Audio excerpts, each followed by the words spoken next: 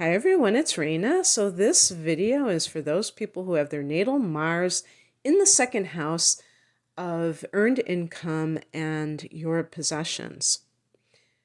Mars is a god of war and is associated with activity, the things that you are doing, but also your drive. We could say your ambition, what motivates you. Not everybody has the same motivation. Some people are motivated by love, the emotional side of life, and some the more material side of life. This is the area of conflict. Now, this can be your anger management, self-expression. Do you have a bad temper? Are you very chill? And some people are in between. They're chill, and then they finally blow a gasket when they keep being pushed and prodded. This is also your libido or sex drive. So the second house being the area of money, possessions, and on an internalized level, the self-esteem, your self-worth. Mars here is a very actively pursuing type of a influence. The person just wants money. I would call it the hustler, and it's I didn't see it when I was compiling this list. By the way, thanks to advancedastrology.com, where I compile most of these types of lists. But I also looked at a couple of other sites, and one of them was, I think it's called South Florida astrologer.com or something, and they might have used the word hustler. But I use that a lot when I'm talking about transits of Mars in the second house. So a person with this placement of Mars may tend to be impulsive about money. If you know any Aries people, you may, or maybe you are a Sun in Aries type of person, you know that patience is not your strong suit, that you tend to be very spontaneous. We can say that in a positive way instead of saying rash. But there's just such an active quality to Mars that the person, if they like something, they want to buy it, and they don't. And that's the other thing too, that sense of impatience, not wanting to wait, and maybe saving money is not something that really interests you. I didn't see anything about saving money, but I would imagine that a person with Mars in the second house would possibly struggle in some cases to save money. It is possible, though, that you have a great earning potential. So that would not be difficult to save money because you would have excess. But it's not something that really interests you because you have such an active interaction with money, is what I guess I'm trying to say. I would say if your natal Mars is in a water sign, that this would be much easier for you to hold back. And even in a fixed sign, which tends to be retentive, I would say in particular, Taurus and Scorpio. So in a similar vein, you may be a risk taker when it comes to money. Now, it always is good to know the sun sign. Mars being a personal planet, there's not there's a good chance, I wouldn't say it's going to be guaranteed, that you would have Mars in the same sign as your sun sign. but not always. And so if you have your sun in Cancer, for instance, this, I think, would definitely curb your tendency towards being a risk taker with money. Even with Taurus, I think that these are more conservative signs, and they might be more or be less inclined to risk what they have. Now, one thing that's important to note is that when a planet is in a certain house, we look to the house rulership and then we combine it with the planets. So if you have Mars in the second house, it's like having Mars in Taurus, or you could say in Scorpio. No,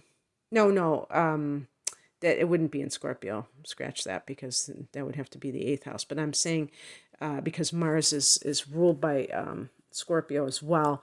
There, some of the elements here that we associate with Scorpio are present with this combination. But I would say this is like having Mars in Taurus, and because of that, that is going to affect how you value things in a very almost like a stubborn kind of a way. And one of the things that Taurus is known for, maybe infamous for, is possessiveness. Now, when you think of the word possessive, you think of in relationships, and certainly that is a big one, but possessions, that's what the second house can be about. And people who have Mars in the second house can be very protective about their possessions. And Mars has that kind of like, I was going to say fight or flight. There's no flight. I mean, they're going to fight. That what I really meant was warrior energy. And, when I was thinking about doing this, I was recalling this time when, I'm a cyclist. I don't even have a driver's license. I've never had a driver's license. So that's my prime mode of transportation. And I remember one day or night that I was riding alongside of a car, or it was like a truck or a van or something like that. And the man yelled out to me and said, "Get away, if you scratch my car." And, he was like, I don't know, I can't remember what he looked like, but I was just like this, skinny 20-something-year-old woman, or, maybe I was in my 30s. But, he was ready to fight me for that. And, I was just like riding alongside him like you always do when you're on a bicycle. But he was so protective of it. He was so afraid of getting a scratch on it. And I remember thinking, that is so petty. But it just came up for me now because I thought, yeah, this is the kind of mentality that is like that. But they did mention that this combination can be generous. I don't know exactly why that is. I'm actually kind of surprised. I think it's probably because it is associated with Aries, and Aries tends to be very generous. Maybe the dynamic quality that just is like in and out and, isn't stagnant. I don't know. So being a risk taker with money can be especially good for an entrepreneur because there are no guarantees when you have a business, when you start a business. Of course, we could also be talking about speculation. Now, speculation is associated with the fifth house, but they did mention, I don't know if they used the word investment. I didn't put it down, but it was something that they did mention.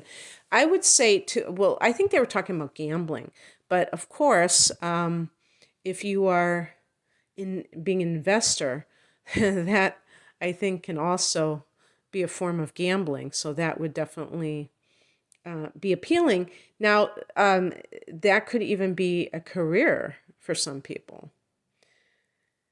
You have a very direct approach when it comes to money. You go after it. You're not apologetic. Some people, I put that down and I was thinking, well, what else can you be? But now that I think about it, some people might be kind of indirect about money because maybe they feel like money has a negative connotation, that it's the root of all evil, even though it's the love of money that's the root of evil. But there's an aggressive quality. So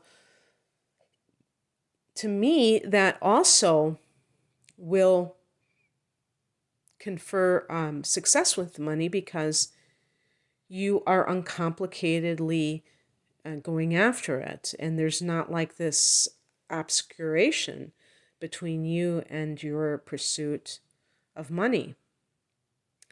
One of the things that drives you, talking about that drive and what Mars represents, is that you want financial stability. So this must be the Taurus element. And that's the thing. In case I didn't say it at the beginning, the second house is ruled by Taurus. And so it's an earth house, and it has that practical connotation to it, or connection to it.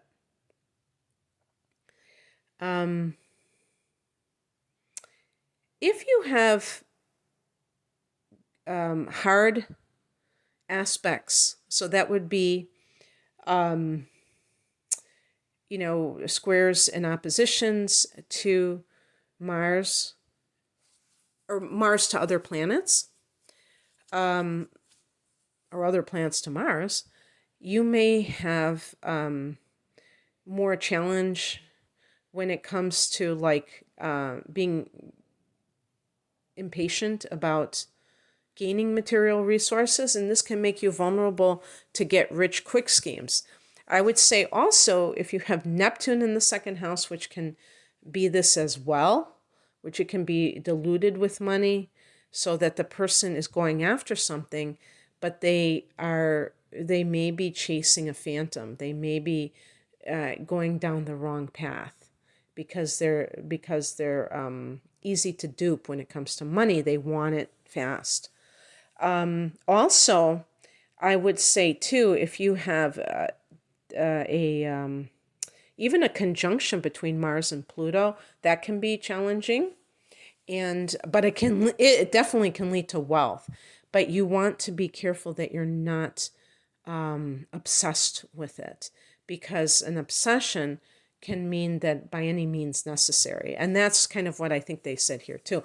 And I think that because they mentioned, one of the sites did mention obsession, and I think it might have just to do with the fact that Taurus is a fixed sign, and a fixation and obsession, that could be a similar thing.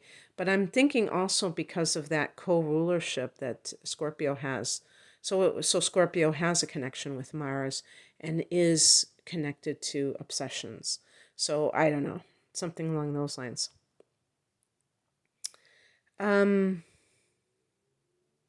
So the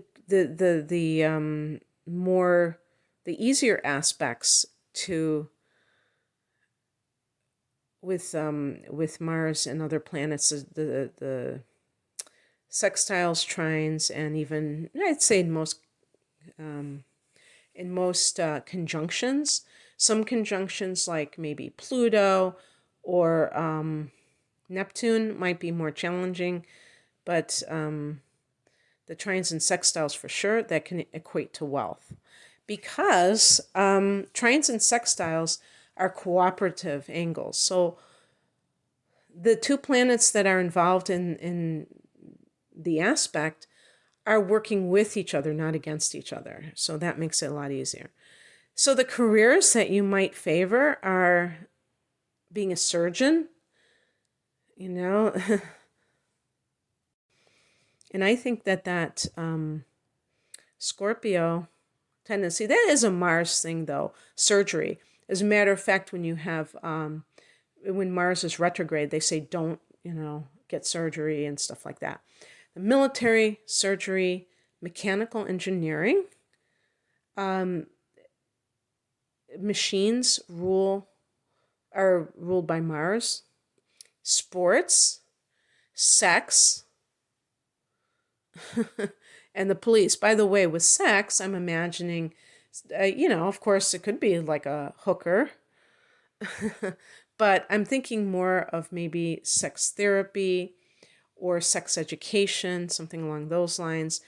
The police, law enforcement, and that sort of thing. Okay, that's what I have for you. I hope that this resonated. If you would like a private reading, I do natal chart analysis readings like I'm doing here. But, I'm doing like multiple placements, of course, so I'm not like spending 15 minutes on one placement. But this is an important thing because this is one of the reasons why I mention look to your sun sign, because and even the sign of the Mars, that's an important thing to mention too. If your Mars is in Pisces, it may have a very difficult time being persistent in making money, but it can strengthen that tendency. So Mars in Pisces can be quite wishy-washy, and it's not necessarily the best placement for Mars. But in the second house, it strengthens it because it's in a fixed earth house. So the pursuits are down to earth, so they're practical, and the house is ruled by a fixed sign, so it can be more stable. And if your Mars is in Taurus, that can really enhance these possessive qualities, the material. One thing I didn't say is that this can be very materialistic because the person is so driven to make money.